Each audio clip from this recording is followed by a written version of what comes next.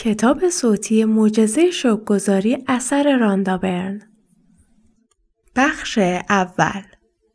شوک‌گذاری را به خاطر بسپار. بخش اول شامل 10 فصل است.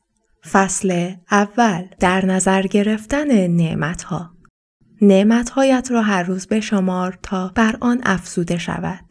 باید این جمله را شنیده باشید که مردم میگویند نعمت‌هایت را به خاطر داشته باش. هنگامی که درباره نعمت‌هایت شکرگزاری می‌کنی، به طور دقیق داری همین کار را انجام می‌دهی. ولی شاید آنچه را که درک نکرده ای این است که شمارش نعمت‌ها یکی از قدرتمندترین اعمالی است که می‌توانی انجام دهی.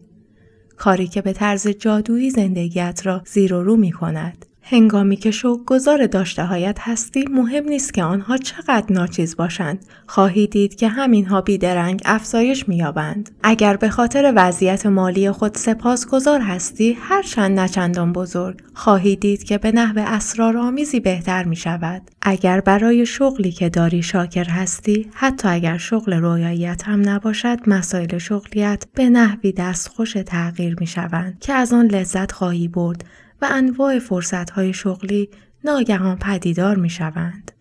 روی دیگر سکه این است که وقتی نعمت‌هایت را نمی‌شماری، این وضعیت پیش می‌آید که بدون قصد و عمل قبلی در دام شمارش موارد منفی گرفتار می‌شوی.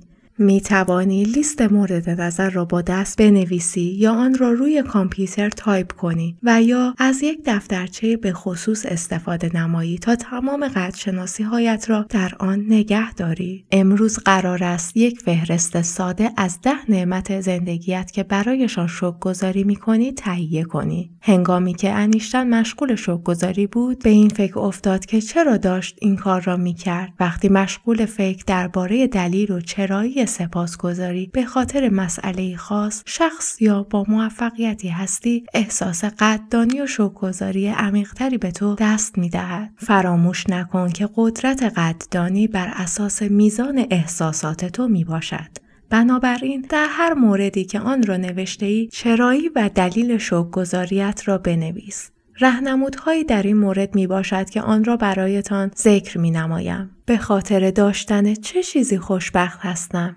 به خاطر داشتن چه چیزی خوشحال و سپاسگزاری می کنم؟ به خاطر داشتن چه چیزی شکرگزاری می کنم؟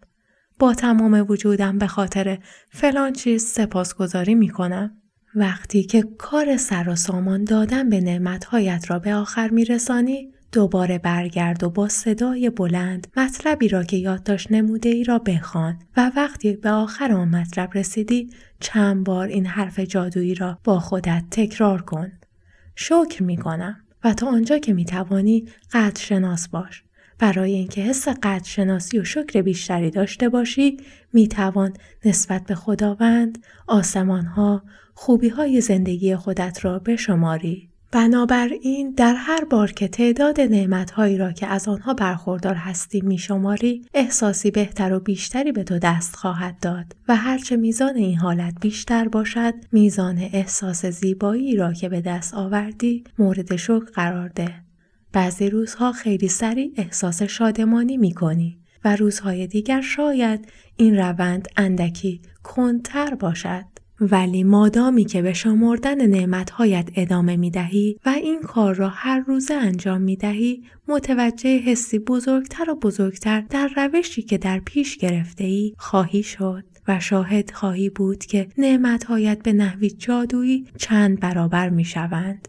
شاید به همین خاطر باشد که فرهنگ‌های بومی و قدیمی برای ابراز قدرشناسی و حق‌شناسی خود از نمادهای مانند خورشید استفاده می‌کردند. آنها صرفاً از این نمادهای فیزیکی استفاده می‌کردند تا منبع و مبدأ همه خوبی‌های موجود در کهکشان‌ها را به نمایش بگذارند و هنگام تمرکز روی چنین نمادی احساس قدرشناسی بیشتری می‌کردند. عمل شمارش نعمت‌ها در زندگی آنقدر ساده و آنچنان قدرتمند است که از تو می‌خواهم آن را ادامه بدهی و چند نعمت دیگر را هم به لیست روزانه‌ات اضافه کنی. شاید فکر کنی که پیدا کردن چند نعمت دیگر که قدرشناس آنها هستی کار دشواری برایت باشد، اما هرچه بیشتر در این باره بیاندیشی متوجه خواهی شد که از نعمتهای فراوانی برخوردار هستی که باید قدر آنها را بدانی. با تمرکز بیشتری به زندگیت نگاه کن. متوجه خواهی شد که در گذشته از نعمتهای زیادی برخوردار بوده‌ای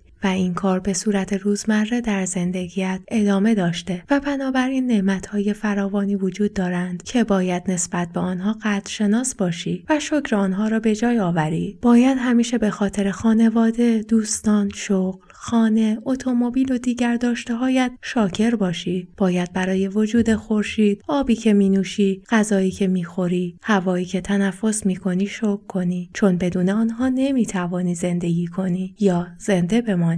باید برای وجود درختان، حیوانات، اقیانوس‌ها، پرندگان، گل‌ها، سبززارها، آسمان آبی، باران، ستاره‌ها، ماه و این سیاره زیبای زمین قدرشناس باشی. می توانی به خاطر سیستم ایمنی بدنت که تو را سالم نگه می دارد و تمام اندامهایی که وجودت را به نحو حیرت انگیزی اداره می کنند تا زنده بمانی شکرگزاری کنی و درباره ذهن انسانی حیرت انگیزی که از آن برخوردار هستی چه حرفی می توان گفت، ذهنی که هیچ کامپیوتری نمی تواند با آن رقابت نماید. به جز قدردانی چه کاری از تو ساخته است؟ در اینجا فهرستی برایت می نویسم که در آن مواردی است که به درون وجودت اشاره می نماید تا برای نعمتهایت شکرگزاری کنی. موارد قدرشناسی: 1. سلامتی و بدن. 2. شغل و موفقیت. 3. ثروت. و 4. روابط.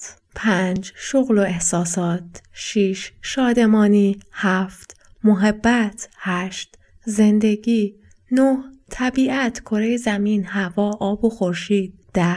موارد خدماتی. سعی کن که موارد جادویی در رابطه با اعمال جادویی فردا را در زمان همین امروز مطالعه کنی، چون قبل از اینکه فردا بخواهی دست به کار شوی مطلب مورد نظرت را مرور کرده باشی. اولین اقدام در آغاز هر روز لیستی از 10 نعمتی که برایشان شکرگزاری می‌کنی تهیه کن. دلیل شکرگزاریت در آن مورد خاص را یادداشت کن. اندکی به عقب برگرد و از نظر ذهنی نگاهی به این لیست بیانداز و یا آن را با صدای بلند بخوان. وقتی به انتهای هر یک از آنها رسیدی این کلمات جادویی را بیان کن: شکر، شکر، شکر. و تا جایی که میتوانی در رابطه با نعمتی که داری قدرشناس باش. در مدت 27 روز بعد این مراحل سه‌گانه نخست تمرین جادویی را هر روز صبح انجام بده. عمل جادویی فردا را همین امروز مطالعه کن.